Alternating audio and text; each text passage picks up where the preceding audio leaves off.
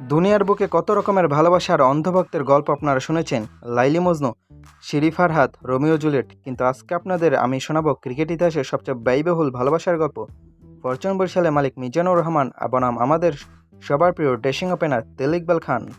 গল্পের শুরুটা মনে আছে? বিসিবি আর বিপিএল গভর্নিং কাউন্সিলের সাথে কি এক দ্বন্দ্বে জড়িয়ে আমাদের তেল ইকবাল খান ঘোষণা দিলেন তিনি বিপিএলে খেলবেন না। ব্যাস, নেতার কথাই তো কর্মী উত্থাল পাতাল হবেই। বরিশালের মালিক মিজানুর রহমান সাহেব এক পায়ে খাড়া।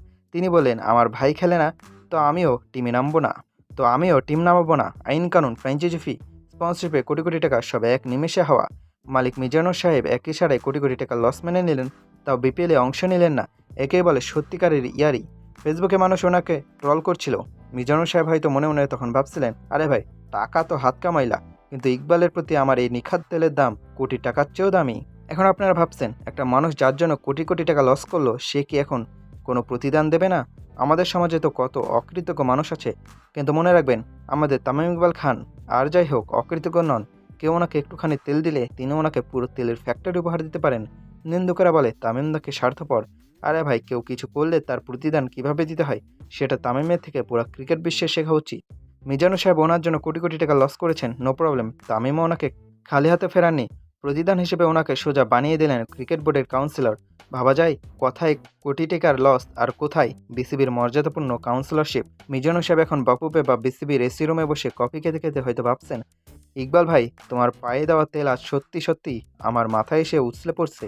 এই যে আমাদের নতুন কাউন্সিলর মিজানুর রহমান সাহেব, ওনার ক্রিকেটীয় অবদান কি তা যদি আপনি খুঁজতে যান, তবে আপনি গুগলে কোনো ডাটা পাবেন না। ওনার সবচেয়ে বড় ক্রিকেটীয় যোগ্যতা হলো তিনি তামিম ইকবালের জন্য কোটি টাকা লস করার ক্ষমতা রাখেন এবং ওনার তেল দেওয়ার ক্ষমতা আন্তর্জাতিক মানের।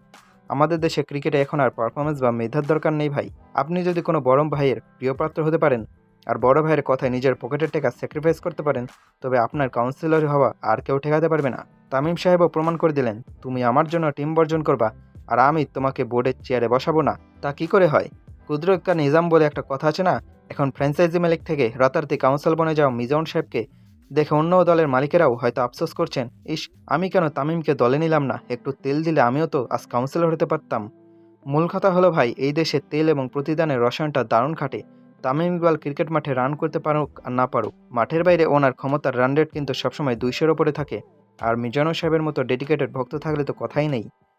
মিজানুর সাহেবের কোটি টাকার লস আর সার্থক। তিনি প্রমাণ করেছেন ক্রিকেটের প্রতি ভালোবাসা আসলে পকেটের টাকা দিয়ে মাপা যায় না, ওটা মাপতে হয় তেলের লিটার দিয়ে। আর তামিমও প্রমাণ করলেন তিনি ওনার ভক্তদের কখনোই নিরাশ করেন না।